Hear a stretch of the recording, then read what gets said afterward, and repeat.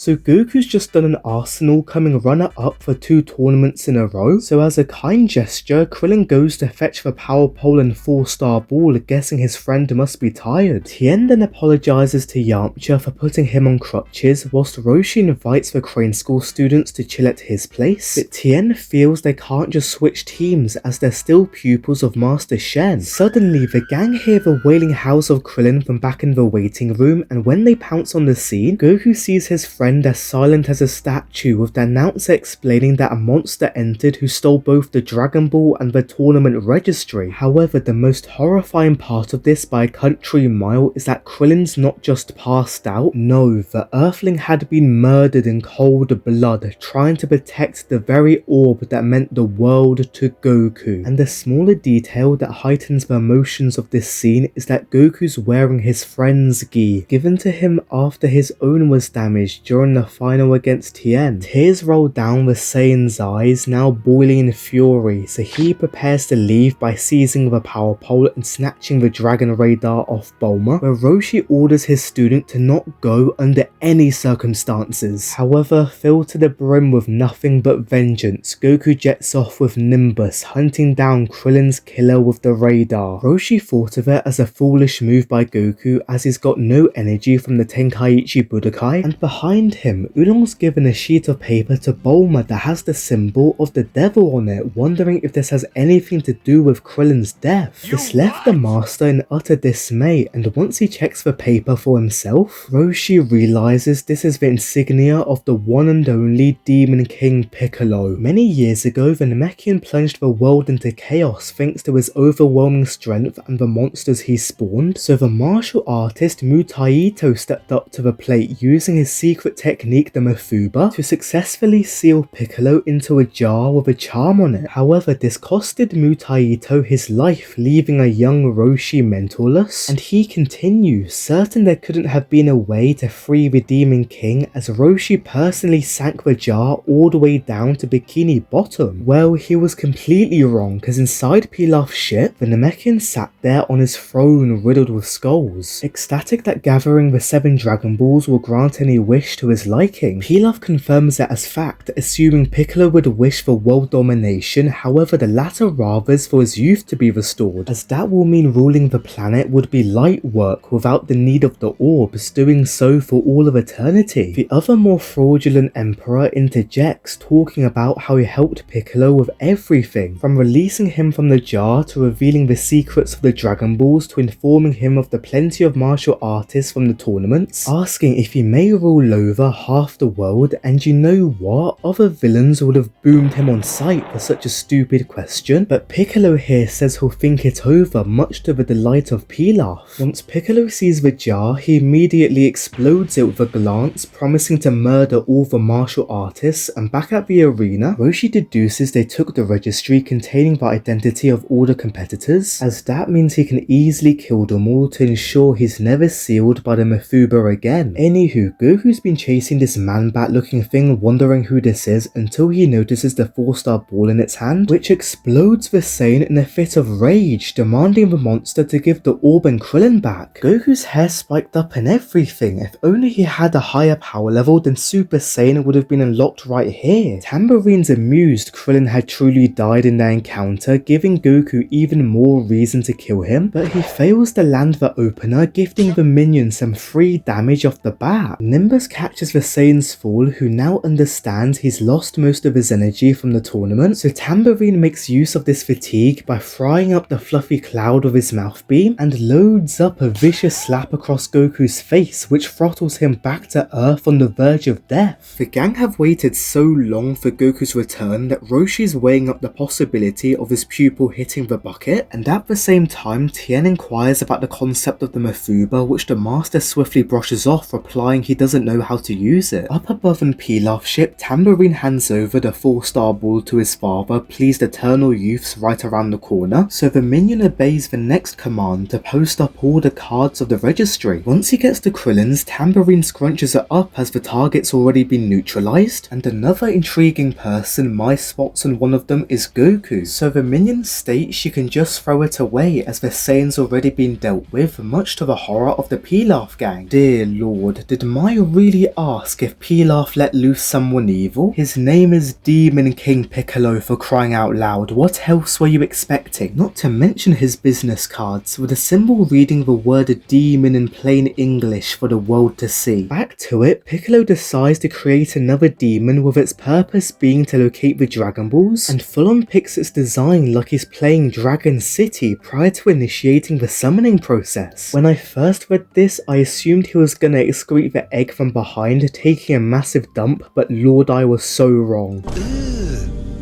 Brother, Yeah, if you're watching this whilst eating, I'm so sorry for ruining your appetite. Anywho, the eggs thankfully released at last, where Piccolo names this minion of his symbol, signalling for the dragon to hatch in its full glory, and assigned the role of finding the remaining Dragon Balls while Tambourine hunts down the people on that registry. I've got to say, Tambourine's a pretty efficient minion, because not even a few pages later, Launch turns on the TV, broadcasting that Nam's been killed by a monster who's left their iconic symbol before departing. Knowing they aren't safe in Kame House, Roshi orders everyone to leave, where upon request, Bulma's gonna take half a day to make a new radar, and as they head off, Launch suggests getting some stasis capsules to preserve Krillin's body for when they revive him with Shenron. Returning to Goku's POV, he's quite groggy after his encounter with Tambourine, but dissipates like that when he catches a whiff of a pleasant smell, realizing there must be some food around somewhere. Goku, I know you're hungry, but your race are based off monkeys. Why are you hopping around like Peter Rabbit? Anywho, this is where he comes across a large fish stoked on a campfire, and Goku let his sane instincts get the better of him. He mercilessly chomps down all the meat off the bone in record time before inevitably becoming bloated. As a result, Goku's fully rejuvenated with energy, meaning he can chase down Tambourine once more, but when he calls for Nimbus, it's depressing to hear nothing but mere silence, highlighting that the cloud's no longer with us. The Saiyan's talking about how he'll skin that minion alive, currently with 3 reasons to murder him, but the moment he presses the button on the radar, it detects a second ball right up ahead. Abruptly, a boulder sets its course straight towards Goku, dodged flawlessly with a hop, and the person who threw it is not a minion of Piccolo's, but a regular guy with a sword, angered that the Saiyans gobbled down his caught cod. Goku assumed it was his as the fish was lying there on the ground, however they both have beef with each other as the pair want their stuff back, fueling the fire to commence their duel. The Earthling begins mashing into the Saiyan's block, following up with all cranium barged into Goku's head, so he retaliates with what he knows best, Control-C, Control-V, currently tied for landed shots. The guy switches tactics to using his legs for a counterattack, however Goku hits the slide to the left, smacking his opponent in the cheek, which fed him an alternative delicacy, rocks. Once the man clears the dust off his clothes, both fighters acknowledge how strong the other one is, but as they're about to continue, Goku spots the 1-star ball around his neck instead of the 4-star Tambourine had, where the guy reveals he found the orb 3 years ago. That's when the Saiyan recognizes there's been a mistake, unlike the latter who affirms there's been no such thing, demanding that Goku returns his fish back. Before he could explain, the Saiyan sees someone flying in the distance, and with the wings you'd assume it has to be Tambourine, but instead it's the other minion symbol, inquiring if the pair have seen any Dragon Balls as of late. Taking a closer glance, the dragon spots the ball around the Earthling, demanding him to hand it over this instant, but the latter refuses to budge, prepared to do battle for the orb. Likewise, Goku's eager to beat Symbol, realizing that he must be a friend of Tambourine, so to settle who'll go first, the man suggests to play rock paper scissors as the decider, bamboozling the dragon completely. In the end, the Earthling wins his duel against Goku, preceding the scuffle between him and Symbol, where the latter leaps over the left, swiping the tail at the former's chin, had him admiring the gorgeous blue sky. Continuing with a blow to the face, Symbol presumes he's already won, however the man gets right back up, much to the shock of the dragon, and accepts it really isn't his day to be fighting all these strong foes. Since Symbol can soar in the sky, the guy wished him to also admire the scenery from an Earthling's point of view, so in response the dragon reaches his hand out, shooting electricity at the enemy. He's a bit overwhelmed now from the speed of those shocks. rocks. Goku wonders if help's required, which the man declines before starting up with his sword, aiming to sprint back into close quarters. As fast as Symbol's lightning was, it couldn't stop the timing of those side steps to perfection, and the minute the man arrives at his destination, he pulls out the sword from its sheath, slashing it in a blink of an eye, which slices the dragon in half like a Twix bar. If you've read Kagurabachi, this is the kind of swordsman Chihiro strives to be. I can tell he's got whole posters of the goat Yajirobe displayed across his room. Up in the clouds, Piccolo contorts in pain at this occurrence, realizing that Symbol's been killed, swearing that he'll avenge his son, and back on the ground, Yajirobe does the most vile thing to an antagonist. He outright grills the dragon up on his campfire to finally get luncheon, slicing up a portion of meat and genuinely enjoys the flavour as if it's fine dining. With a bit more respect for each other, they reintroduce themselves by name now, whereas Tambourine here's utterly disrespecting one of the martial artists Giran as next on the hit list. Not Jiren, Giran. Anyway, this dragon pulls out his last ditch move, the Colgate toothpaste, from his mouth to immobilize the minion, declaring he can't break free. However, Tambourine's not phased in the slightest, dispelling the toothpaste once he takes it a bit more seriously. With no more tricks from Giran, the minion rushes for the final blow with his claw sticking out and no word of a lie. He stabs right through the dragon, puncturing a collateral of organs from spleen to liver, ending his life flawlessly. Tambourine could have wiped that blood off his arm, choosing to instead lick it off like the freak of a minion he is, and as he's about to find Yamcha to achieve a 7-kill streak, he's randomly interrupted by a telepathic Piccolo who reveals Symbol's bit the dust. Therefore, the Demon King orders him to postpone the martial artist assignment and instead prioritize defeating the being who could have possibly destroyed Symbol. I'm so happy Piccolo did this. Tambourine was this close to bullying the disabled in such glee. Anyway, the Saiyan informs the ball around his neck means Yajirobe is in grave danger, to which the latter's more concerned about filling his stomach. Hearing him say that has Goku noting how similar he sounds to Krillin, angering the Earthling, but assumes if this is true, then this Krillin guy's got to be good looking. Even after his death, Goku's still blunt about his friend's ugly looks, notably the lack of a nose. Like, come on, at least pretend Krillin's attractive. Brother, he can't catch a break even in the grave. On a serious note, Yajirobe spots someone flying in the air, and it's the other minion Tambourine searching for Symbol's killer. Goku grabs his attention, confusing the man-bat as to how he's still breathing, so the Saiyan exclaims how badly he'll humble the serial killer, thinking of Krillin to avenge his death. Goku and Tambourine's fight starts with the former running whole circuits around him like Baby Park, before slamming the confused minion with an elbow. Next, the spamming arises in full force, which ultimately hurtles him away, so Goku attempts to close the distance again by leaping off the cliff, and dishes out such a beautiful knee to the noggin that Tambourine's eyes were gonna pop out their sockets. Ironic how this Goku's hitting peace signs, when he's the most violent version of Goku out of every single series in this franchise by far. Anyway, Tambourine releases a tremendous mouth beam to catch Goku lacking, and once the dust clears, the minions claiming victory, making his demonic father proud. However, you've got to always check for the body first, cause he's flabbergasted to see the Saiyan had dodged it easy peasy, and tries to book it back to Pilaf's ship to hide behind Piccolo. Goku refuses to let that happen, screaming he'll do this for Krillin, before extending the power pole to extreme proportions, charging up a Kamehameha once he reaches the summit, and finally fires it directly at Tambourine, where we immediately cut to the Demon King writhing in agony, indicating a second minion of his has fallen now, demanding to meet their killer up close and personal. What concerns Pilaf is the detection of another 4 Dragon Balls going the same direction as them, meaning they're after Piccolo's orbs as well, and the people carrying them are none other than Roshi and Tien, whose main mission is to wish for Shenron to destroy the Demon King. Tien would rather kill Piccolo himself, as it means they don't have to wait a year to revive Krillin, bringing up the Mafuba strap, but the Master rejects this idea entirely since the move is too dangerous to pull off. Whilst he theorizes that Roshi knows the Mafuba's secrets, Piccolo lets them find the Dragon Balls to save time searching, and in a snap of a finger, Pilaf's ship pulls up, hovering above Goku, who notices a Dragon Balls in there. Mai announces they've arrived at their location to everyone, and upon hearing that famous name Piccolo, Yajirobe remembers the very tale Roshi also spoke of, and hurriedly takes off the Dragon Dragon Ball, handing it to Goku with zero hesitation before bolting it right out the area. The Saiyan's confused why he suddenly switched up, and with a pair of binoculars, Pilaf realizes it's the same guy who stopped him from claiming the Dragon Balls. Noticing the killer's a mere teenager, Piccolo's disappointed his two minions didn't live up to the expectations he placed in them, and personally drops from the aircraft to finally confront the Saiyan for the very first time.